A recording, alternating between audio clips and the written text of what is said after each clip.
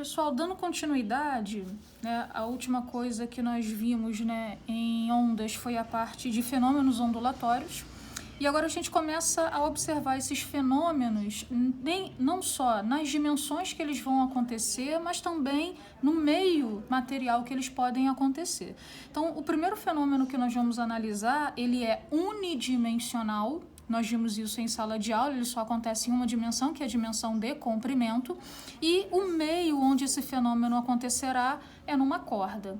Então, a primeira coisa que a gente tem para falar da corda é a sua identidade, é a sua característica. E que característica é essa? A sua densidade linear.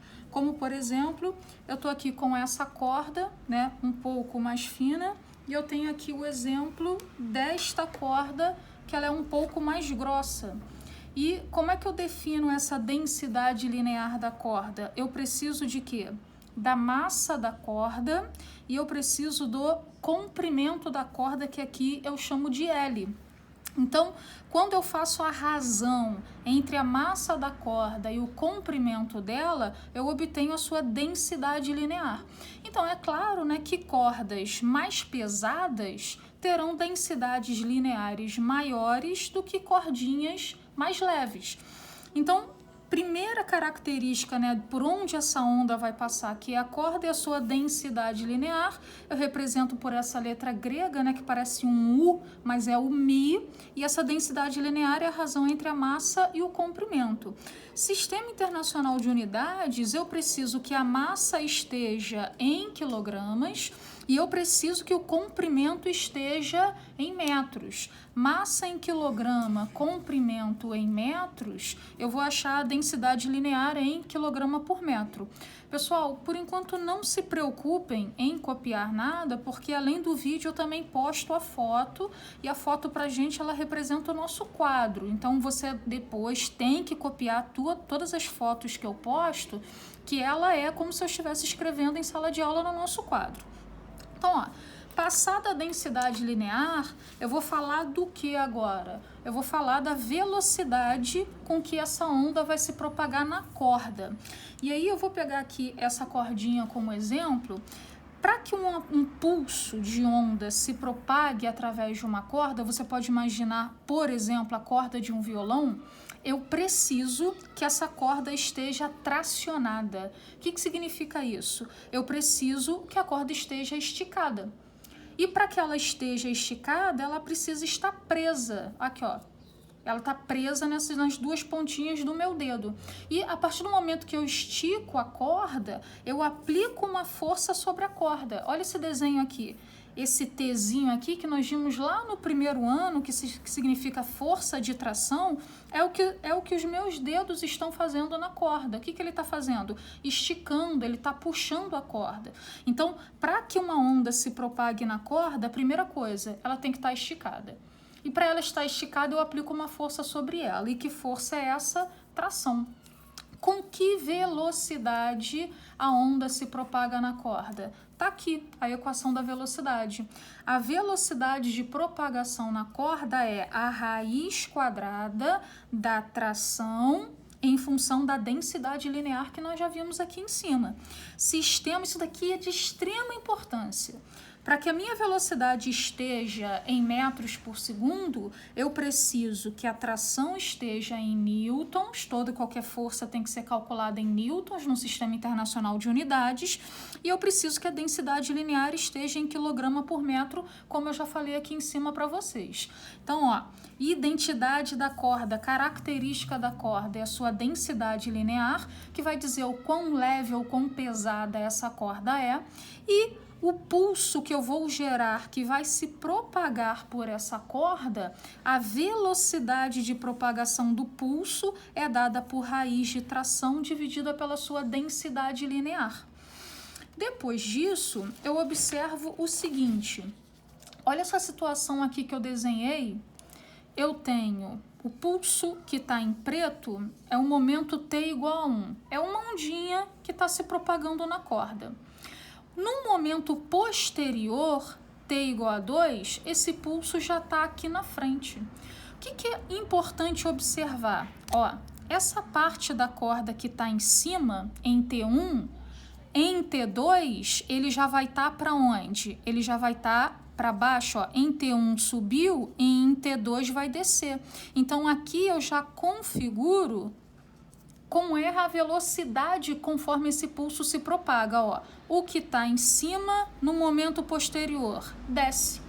E o que está embaixo, no momento posterior, sobe. É só você pensar, ó. A linha preta em T1 estava para cima. Já em T2, ela desceu. A linha preta em T1 estava aqui em cima. Já em T2, ela subiu. Então, como é que funciona, né? Tá aqui o meu pulso se propagando com velocidade V para a direita. Então, ó, a parte que subiu, qual é o próximo passo dela? Descer. A parte que desceu, qual é o próximo passo dela? Subir. E na crista da onda, isso daqui também é importantíssimo, nem sobe, nem desce. A velocidade aqui é zero. Pessoal do PISME 3, vamos ficar atento a isso cai bastante na prova do PISME. Então, ó, o pulso que subiu, qual é o próximo passo dele? Descer. O pulso que desceu, qual é o próximo passo dele? Subir. E na crista ele não sobe nem desce mais, é o ponto máximo dessa onda. Então, neste ponto, qual é a velocidade na corda? É zero. Como eu já havia dito a vocês, dos fenômenos ondulatórios que nós estudamos, alguns acontecerão na propagação da onda numa corda. Primeiro fenômeno que vai acontecer é o fenômeno da reflexão. E aí nós vamos lembrar, fenômeno da reflexão. Basicamente é quando a onda bate, incide numa superfície e essa onda volta. Reflexão é basicamente bate e volta. E o que eu também não posso esquecer do fenômeno da reflexão?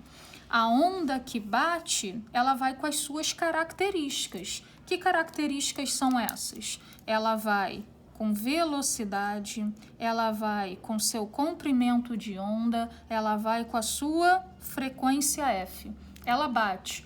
Quando ela volta, a velocidade é a mesma, o comprimento é o mesmo, a frequência é a mesma. No fenômeno da reflexão, nenhuma das características que definem a onda são alteradas. Vai e volta com as mesmas características, velocidade, comprimento e frequência. Mas aí esse fenômeno, ele pode ser observado de duas formas distintas. O que eu vou observar? Pode ser que a minha corda, que tem que estar esticada, lembrem que nós falamos sobre isso, ela tem que estar tracionada, esteja presa fixa a um suporte. Desse ponto aqui ela não pode sair, mas pode ser que essa minha corda esticada esteja presa, mas essa extremidade é livre. A corda aqui, ela pode subir, assim como ela pode descer. Essa haste não faz com que ela esteja fixa a esse ponto, como que acontece aqui em cima. Então, ó, aqui ela está presa a uma extremidade fixa e aqui ela está presa, mas a extremidade é livre. A corda tem a possibilidade de subir ou descer aqui. Então, ó, primeira possibilidade na extremidade fixa. Eu tenho a minha corda esticada, eu gerei um pulso. Então, esse pulso, ele começa a se propagar. Vou colocar aqui para vocês. Começa a se propagar e eu vou dizer que ele se propaga com uma velocidade V. E meu pulso vai viajando. Primeira figura.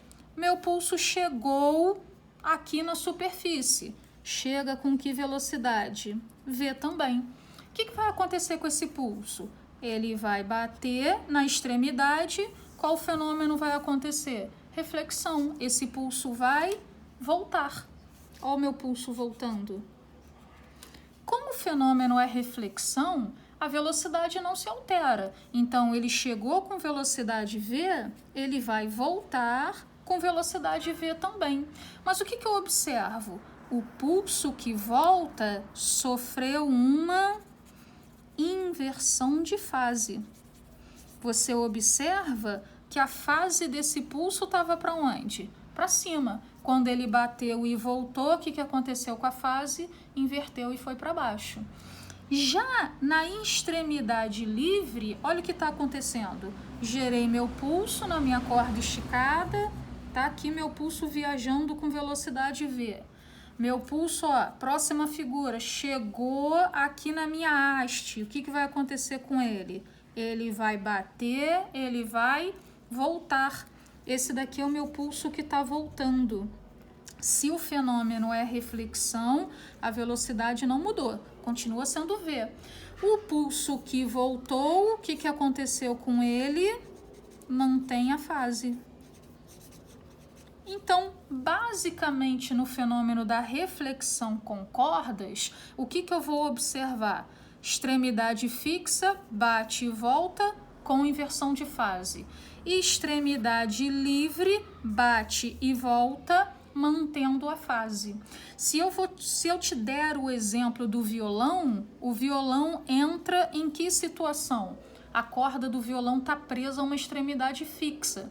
Então, quando o pulso que você gerou com o dedo chegar lá do outro lado e bater, ele vai bater com inversão de fase.